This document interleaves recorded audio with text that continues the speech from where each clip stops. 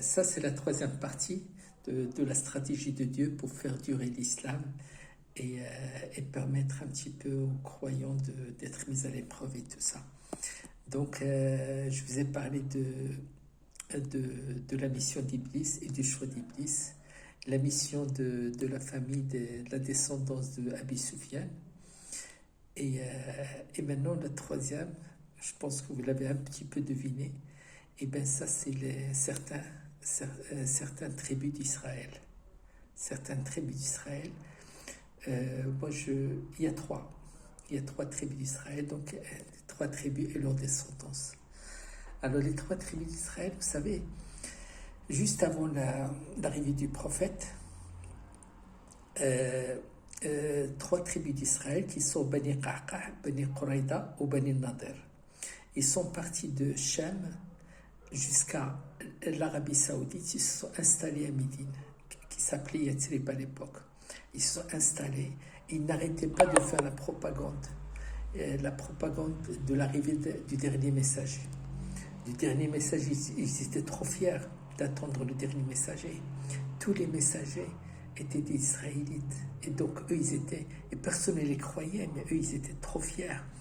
Oui, on a appris qu'il va venir et ça sera en Arabie Saoudite et tout ça, dans les montagnes et tout. Donc, ils étaient vraiment très, très contents de cet événement. Ils veulent être les premiers à accueillir un petit peu ce messager-là.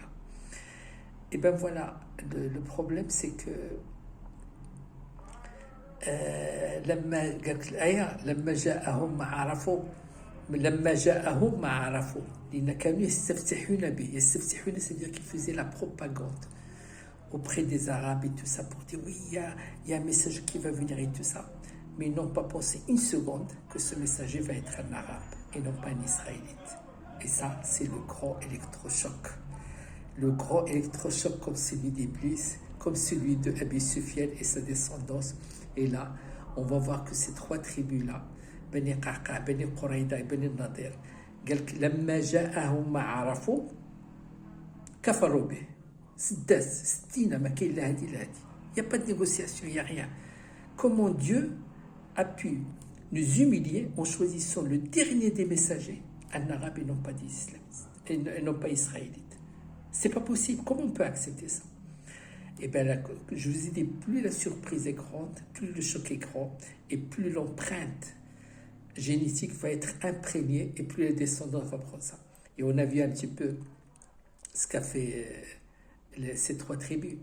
Ils ont fait beaucoup de, ils ont essayé un petit peu de perturber, et jusqu'à aujourd'hui ça perdure. Je dis pas que tous les juifs ce sont ces trois. Non, j'ai dit certaines familles. On peut trouver des juifs qui sont bien et tout ça, mais je parle de la descendance de ces trois familles jusqu'à aujourd'hui, et ça va durer jusqu'à la fin des temps. On peut l'appeler, ils peuvent prendre la forme du sionisme, ils peuvent la prendre machin et tout ça. Ça c'est que des noms. Mais ce qui est important, c'est que c'est une mission qui va perdurer jusqu'au jour J. Et jamais on pourrait les corrompre, jamais on pourrait le faire changer d'avis. Ça c'est comme pour Iblis, c'est comme pour la famille de Umayya, c'est comme pour eux. C'est impossible quand on dit une mission divine, parce que la mission consiste à perdurer l'islam et à mettre à l'épreuve les musulmans jusqu'au jour J. Voilà, c'est pourquoi le Coran, quand il dit Inna lahu la hafidun, ces trois éléments font partie des choses qui vont maintenir l'islam jusqu'à la fin des temps, malgré eux. Pourtant, ils sont en train de le combattre. Donc, il faut être un petit peu subtil quand même. Il faut être un petit peu subtil à partir de là, parce qu'on a vu que Bani Qaqa, ce qu'ils ont fait un petit peu, on voit ça dans Surat Ali Imran, c'est qu'ils ont essayé un petit peu d'agresser une femme ou des choses comme ça et tout. Bani Quraïda, on sait ce qu'ils ont fait dans Al-Khandaq, dans Ghazwat Al-Khandaq, c'est qu'ils se sont mis main dans la main avec qui? Avec la famille d'Abi Sufyan et tout ça. Donc voilà la première alliance entre ces trois familles juives et les familles arabes musulmanes qui perdurent jusqu'à aujourd'hui.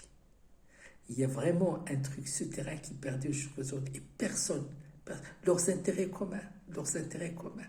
On voit même que certains juifs, ils sont même devenus un petit peu sataniques dans le sens où, voilà, donc on a ce trio-là aujourd'hui, vraiment, certains arabes, certains juifs qui font des alliances avec Satan, on appelle ça le satanisme. Il ne faut pas être très très surpris, parce qu'à partir du moment où ils ont un peu la même mission, bien sûr qu'ils arrivent un petit peu à converger dans leurs intérêts un petit peu communs, donc il ne faut pas qu'on soit surpris.